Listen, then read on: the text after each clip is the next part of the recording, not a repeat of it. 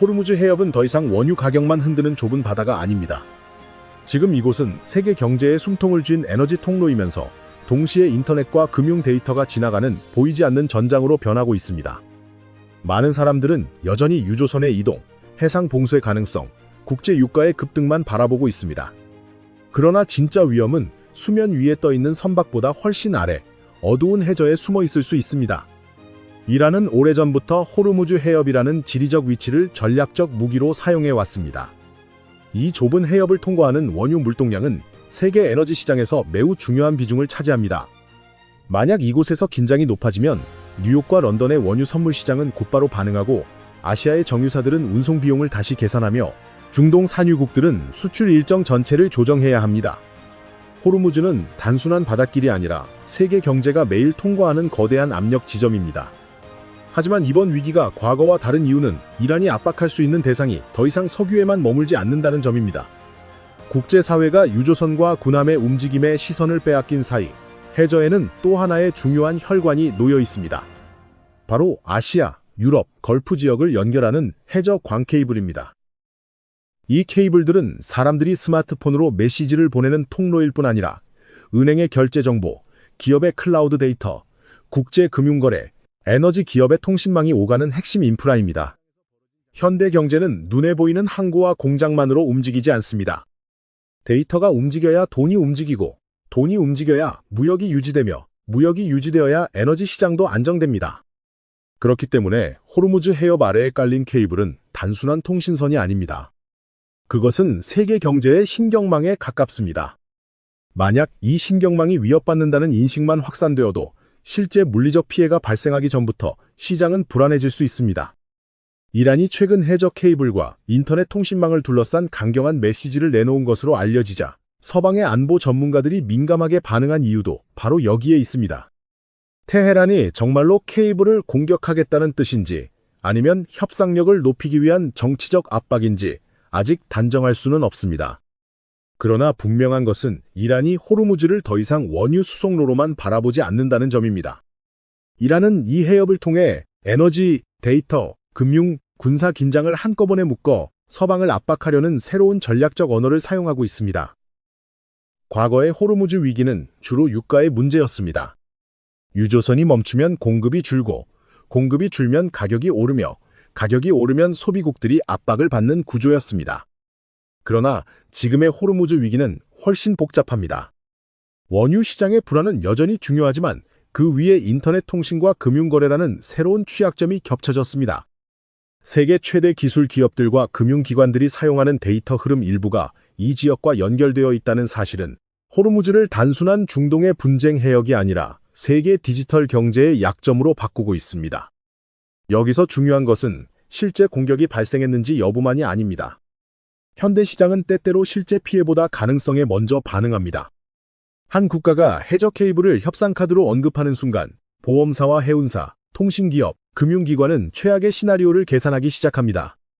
데이터가 지연될 가능성, 결제망이 흔들릴 가능성, 클라우드 서비스가 영향을 받을 가능성, 그리고 이 모든 불확실성이 투자 심리를 위축시킬 가능성이 동시에 검토됩니다. 이란의 계산도 바로 그 지점에 있을 수 있습니다. 테헤란은 미국 해군과 정면으로 맞서 세계 최강의 해상 전력을 무너뜨릴 필요가 없습니다. 대신 충분한 불확실성을 만들어내기만 해도 됩니다. 유조선이 지나가는 바다 위에서는 고속정과 미사일이 압박수단이 되고 바다 아래에서는 해저 케이블과 소형 잠수함이 또 다른 압박수단이 됩니다. 이것이 바로 비대칭 전략의 핵심입니다. 약한 쪽은 강한 쪽과 같은 방식으로 싸우지 않습니다. 강한 쪽이 반드시 지켜야 하는 취약한 지점을 찾아 그곳에 공포와 비용을 집중시킵니다. 그래서 호르무즈 해협을 둘러싼 이번 긴장은 단순한 군사 충돌 가능성으로만 볼 수 없습니다.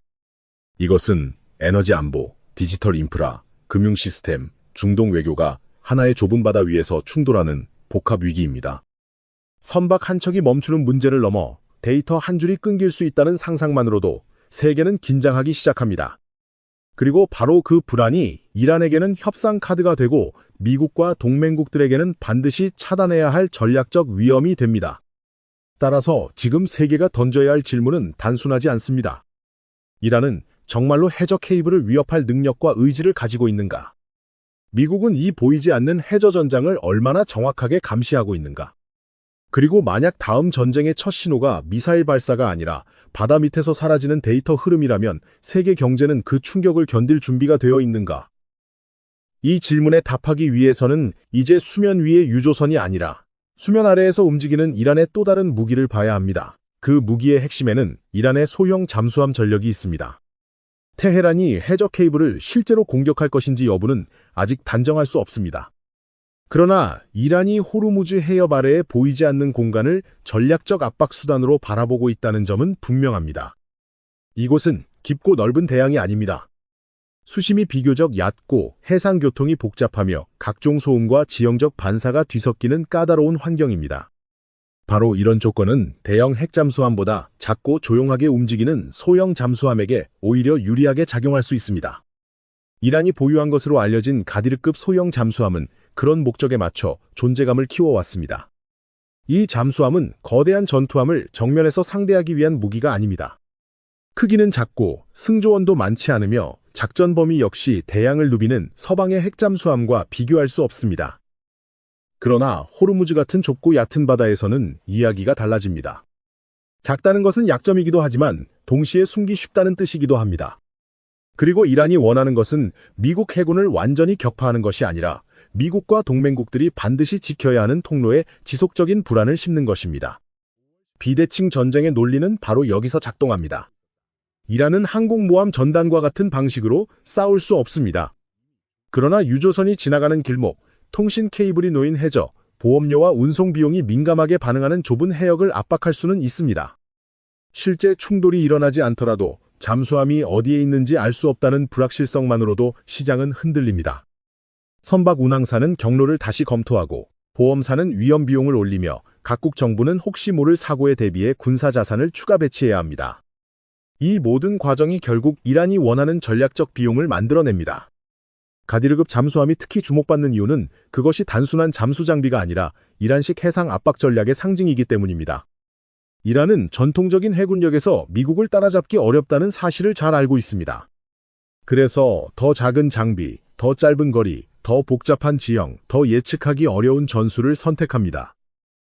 고속정이 수면 위에서 같은 역할을 한다면 소형 잠수함은 수면 아래에서 같은 역할을 합니다. 둘 다 상대에게 계속 계산하게 만들고 계속 경계하게 만들며 결국 평시의 해상 질서를 비싸고 불안한 질서로 바꾸는 데 목적이 있습니다. 특히 해저 케이블 문제가 이 구도에 들어오면서 가디르급 잠수함의 전략적 의미는 더 커졌습니다. 이란이 실제로 세계 인터넷을 끊을 수 있다는 식으로 단순하게 말하는 것은 과장일 수 있습니다. 그러나 중요한 것은 완전한 차단 능력이 아니라 제한적 위험을 만들어낼 수 있다는 인식입니다. 현대 금융과 통신망은 안정성에 크게 의존합니다. 단 한 지역의 해저 인프라가 위협받는다는 신호만으로도 관련 기업과 정부 기관은 예비 경로, 백업망, 보안 대응, 군사 감시를 동시에 강화해야 합니다. 그 순간 이란의 압박은 군사적 차원을 넘어 경제적 비용으로 번집니다. 바로 이 때문에 미국은 호르무즈의 위협을 단순한 해상 봉쇄 문제로만 다룰 수 없습니다. 항공모함이 있다고 해서 바다 아래의 작은 잠수함이 자동으로 사라지는 것은 아닙니다. 이지스 구축함이 있다고 해서 해저의 모든 움직임을 즉시 볼 수 있는 것도 아닙니다. 좁은 바다에서 소형 잠수함을 추적하는 일은 훨씬 더 섬세한 작업입니다. 소리의 반사가 복잡하고 민간 선박의 소음이 많으며 목표 자체가 작기 때문입니다. 그래서 워싱턴은 하나의 무기가 아니라 여러 층으로 겹친 감시망과 추적 체계를 필요로 합니다. 이 체계의 목적은 이란 잠수함을 한번 찾아내는데 그치지 않습니다. 더 중요한 목표는 테헤란이 바다 아래를 협상 카드로 쓰지 못하도록 만드는 것입니다. 이란이 소형 잠수함을 움직일 때마다 위치가 추적되고 기지가 감시되고 작전 패턴이 분석된다면 위협의 효과는 크게 줄어듭니다. 반대로 미국이 그 움직임을 놓친다면 이란은 훨씬 작은 전력으로도 훨씬 큰 심리적 압박을 만들 수 있습니다. 결국 호르무즈의 승부는 누가 더 큰 함정을 가졌는가가 아니라 누가 보이지 않는 것을 먼저 찾아내는가에 달려 있습니다. 그래서 이제 전장의 중심에는 P-8 포세이돈 같은 해상 초계기, MH-60R 시호크 같은 대잠 헬기, 그리고 해저에서 장시간 움직일 수 있는 무인 수중 장비들이 등장합니다. 미국은 이 장비들을 통해 하늘, 수면, 해저를 하나의 감시망으로 묶으려 합니다. 이란이 작은 잠수함으로 불확실성을 만들려 한다면 미국은 더 촘촘한 데이터와 센서로 그 불확실성을 제거하려는 것입니다. 그리고 바로 이 지점에서 호르무즈 해협의 위기는 전통적인 해군 대결을 넘어 데이터와 음향, 무인 장비가 결합된 새로운 해저 전쟁으로 들어가고 있습니다. 그 새로운 해저 전쟁에서 미국이 가장 먼저 꺼내드는 도구는 P-8 포세이돈입니다. 겉으로 보면 민간 여객기를 개조한 대형 항공기처럼 보이지만 실제 역할은 바다 위를 나는 거대한 대잠 감시 플랫폼에 가깝습니다. 이 항공기는 넓은 해역을 장시간 비행하며 수면의 움직임을 관찰하고 해저에서 들려오는 작은 음향 신호를 수집하며 의심스러운 잠수함의 활동 패턴을 하나씩 지도 위에 쌓아갑니다. 호르무즈처럼 민간 선박의 소음이 많고 물길이 좁은 곳에서는 한 번의 탐지만으로 모든 것이 끝나지 않습니다. 반복적인 관찰, 음향 자료의 축적, 그리고 작은 변화까지 읽어내는 분석이 필요합니다. P-8 포세이돈이 넓은 하늘에서 전체 그림을 그린다면 MH-60R 시호크 헬기는 더 가까운 거리에서 추적의 압박을 높입니다. 구축함이나 항공모함에서 출격한 이 헬기는 의심 해역 위에 머물며 해저 음향을 확인하고 필요한 경우 더 좁은 범위를 집중적으로 감시할 수 있습니다. 이 조합은 이란 소형 잠수함에게 매우 부담스러운 구조를 만듭니다.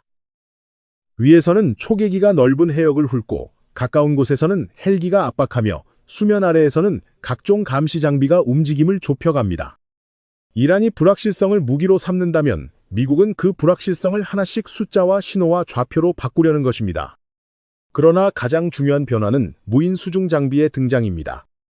램플이나 만타레이 같은 차세대 수중 플랫폼은 단순히 잠수함을 쫓는 기계가 아니라 해저에 오래 머물며 정보를 모으고 의심스러운 움직임을 추적하고 필요한 경우 다른 전력과 연결되는 새로운 전쟁 방식의 상징입니다. 과거의 해전이 군함과 미사일의 대결이었다면 지금의 해저 전쟁은 센서와 데이터, 인공지능과 무인 장비가 만들어내는 보이지 않는 그물에 가까워지고 있습니다. 워싱턴이 원하는 것은 단순히 가디르급 잠수함 몇 척을 압박하는 것이 아닙니다. 진짜 목표는 테헤란이 해저 공간 전체를 협상 카드로 쓰지 못하게 만드는 것입니다. 만약 미국이 호르무즈 아래의 움직임을 안정적으로 감시할 수 있다면 이란의 전략적 압박은 크게 약해집니다.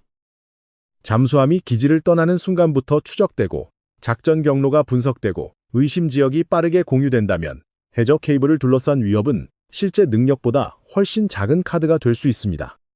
반대로 미국이 그 움직임을 놓친다면 이란은 훨씬 적은 비용으로 훨씬 큰 공포를 만들 수 있습니다. 그래서 이 싸움은 군함의 크기보다 감시망의 밀도, 미사일의 숫자보다 정보의 속도에 의해 결정될 가능성이 큽니다. 이런 상황에서 걸프 지역 국가들이 외교적 중재에 나서는 것은 결코 이상한 일이 아닙니다.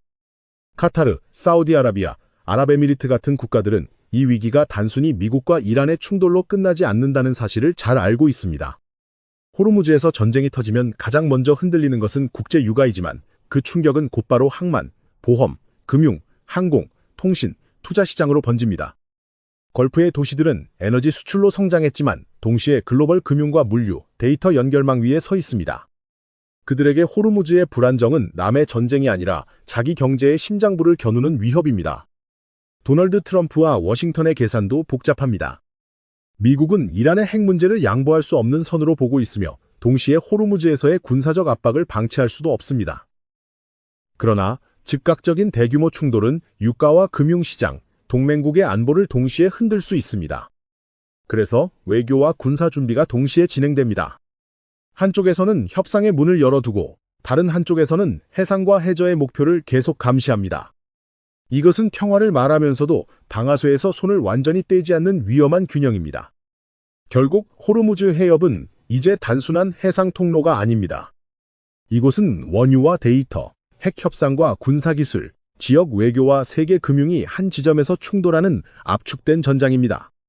이란은 작은 잠수함과 해저 인프라 위협을 통해 자신보다 훨씬 강한 상대에게 비용을 강요하려 하고 미국은 하늘과 바다와 해저를 연결한 감시망으로 그 압박을 무력화하려 합니다.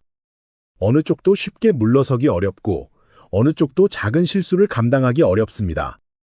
그래서 앞으로의 전쟁은 우리가 익숙하게 상상하던 모습과 다를 수 있습니다. 첫 장면은 미사일이 하늘을 가르는 폭발음이 아닐지도 모릅니다. 어쩌면 조용한 해저에서 감지된 이상 신호, 갑자기 우회되는 데이터 흐름, 이유 없이 높아지는 보험료, 그리고 금융시장의 불안한 흔들림이 먼저 나타날 수 있습니다. 호르무즈가 보여주는 진짜 경고는 바로 이것입니다. 현대 세계의 가장 약한 지점은 눈에 보이는 전장이 아니라 모두가 매일 의존하지만 거의 보지 못하는 연결망 속에 있을 수 있다는 사실입니다. 이제 질문은 하나로 모입니다. 이란은 단순히 협상력을 높이기 위해 해저 위협을 말하고 있는 것일까? 아니면 정말로 세계 경제에 보이지 않는 신경망을 압박할 준비를 하고 있는 것일까? 그리고 미국은 이 새로운 해저 전쟁에서 충분히 빠르고 정확하게 대응할 수 있을까? 호르무즈 해협의 위기는 아직 끝나지 않았습니다. 오히려 지금부터 진짜 승부는 수면 위가 아니라 어둡고 조용한 바다 밑에서 시작되고 있을지도 모릅니다.